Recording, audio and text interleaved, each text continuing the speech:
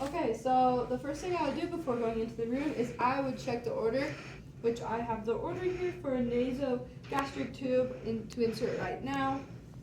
So I have now checked my order. So now I'm going to gather my supplies, which I have my supplies right here.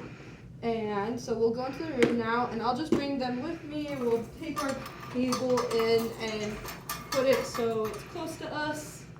And then I will do hand hygiene.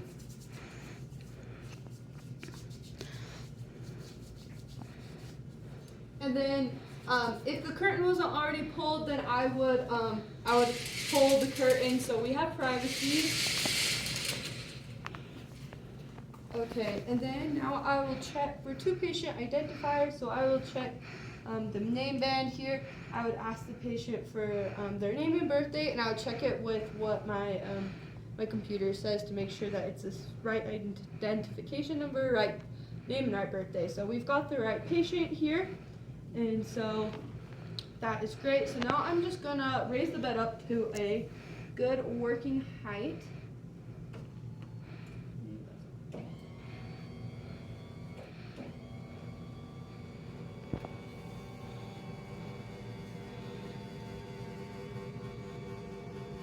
And I will raise the patient up to the high Fowler's position, which is at a 45-degree angle.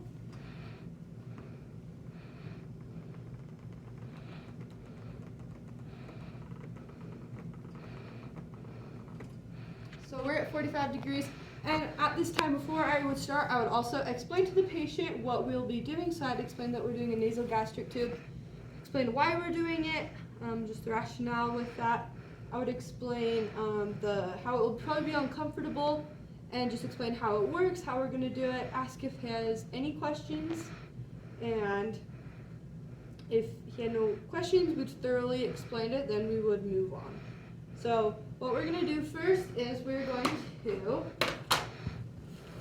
put this over him just to protect him from anything getting on his gown or himself.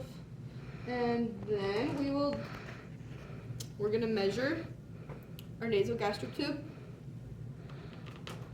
And we would ask them what nostril they would prefer to do it out of, if there is a nostril that they can breathe better out of. So we would do it that one, in that nasal. So we will do it in this one, says that he is able to breathe better out of that one. So we measure from the nose to the ear down to the xiphoid process. So we'll do it to right there.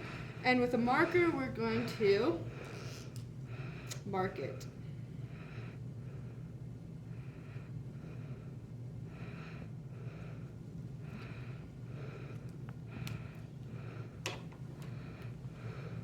Okay, and now I'm just going to do hand hygiene again, and I'm going to put gloves on.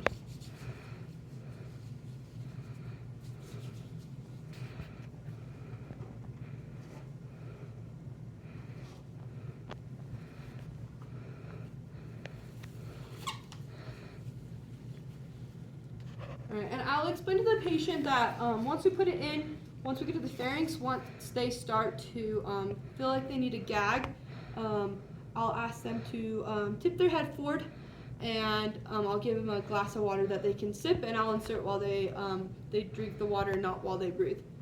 So we're going to lube up this tube 2 to 4 inches.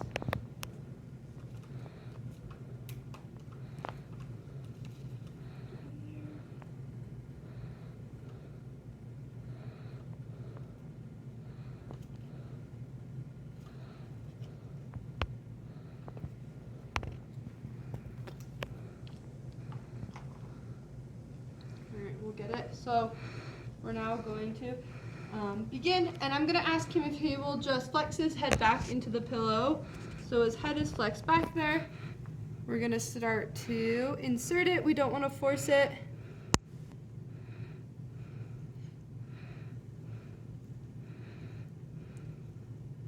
Now that it's at the pharynx, I'll ask them to tip their head forward, and I will get them some water to sip.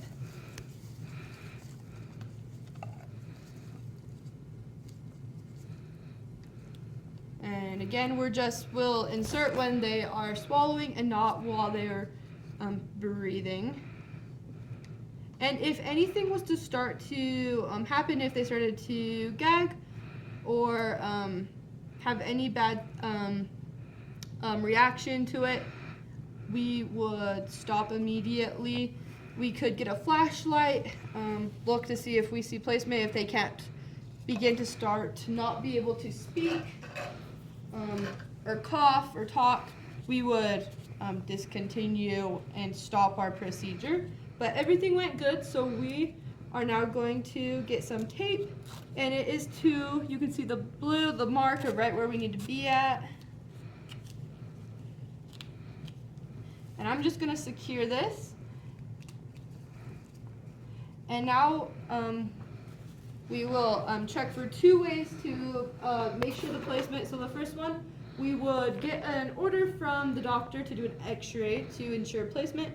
And we're also gonna aspirate just a small bit of content. So we'll do that now.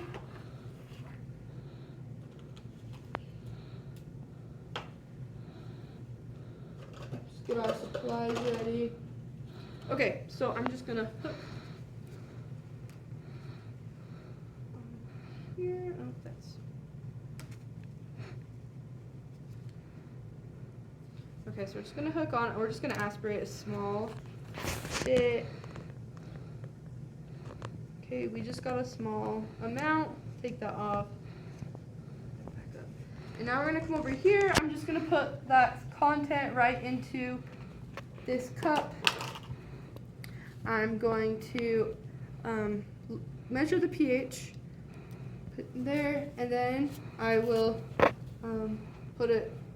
compare it on here. We just want it to be under 5, so that's what it is, so that's great. So we can move on from there, and we can just hook this back up and leave it on there. And now, since we have ensured our placement, now I'm going to take my gloves off, do hand hygiene again, and now we're going to tape it on his nose. So we're just going to get a piece of tape.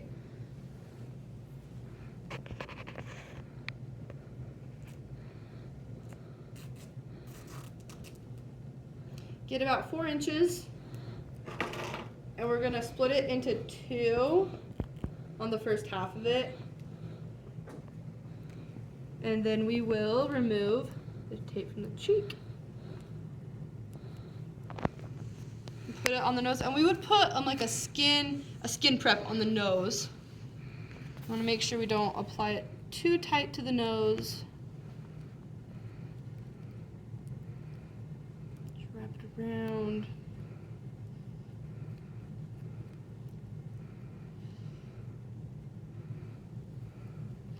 All right. And also, if you feel like you need a little bit more support, we could tape to the cheek, but he thinks it is great. So now we are going to secure it to his gown. So I'm going to just get some tape and a safety pin.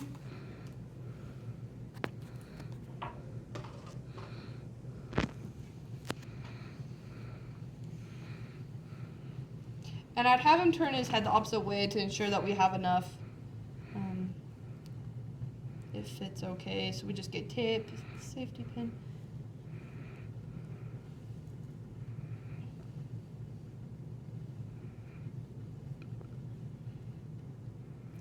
So that is on there.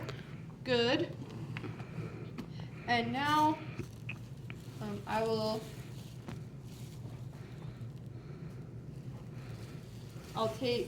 we can put this away. And I would come in and do hand hygiene, and I would also I would get this swab and do oral care every 2 to 4 hours. Just wet their mouth down if they need chapstick, and let them know that we'll come in to do that every 2 to 4 hours. And then we will unhook this. We need to do hand hygiene. Put gloves on.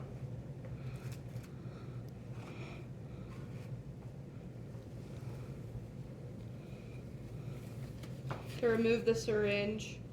And whatever your orders is, whatever you want, you're gonna hook it up to. So we have suction right here that we could hook it up to. Our order says to clamp the NG until placement is verified by the x-ray. So we're gonna wait and not hook it up to suction, but we would do that if that is what the order indicated.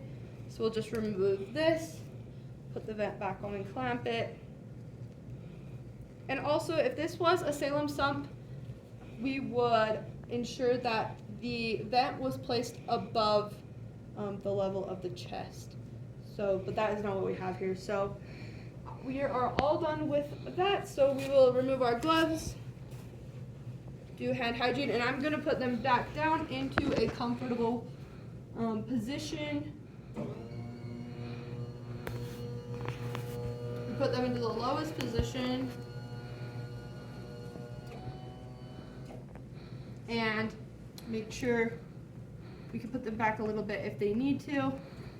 He says he is comfortable, so we would just remind him we're coming in for to do oral hygiene every 2 to 4 hours, and then I would just document.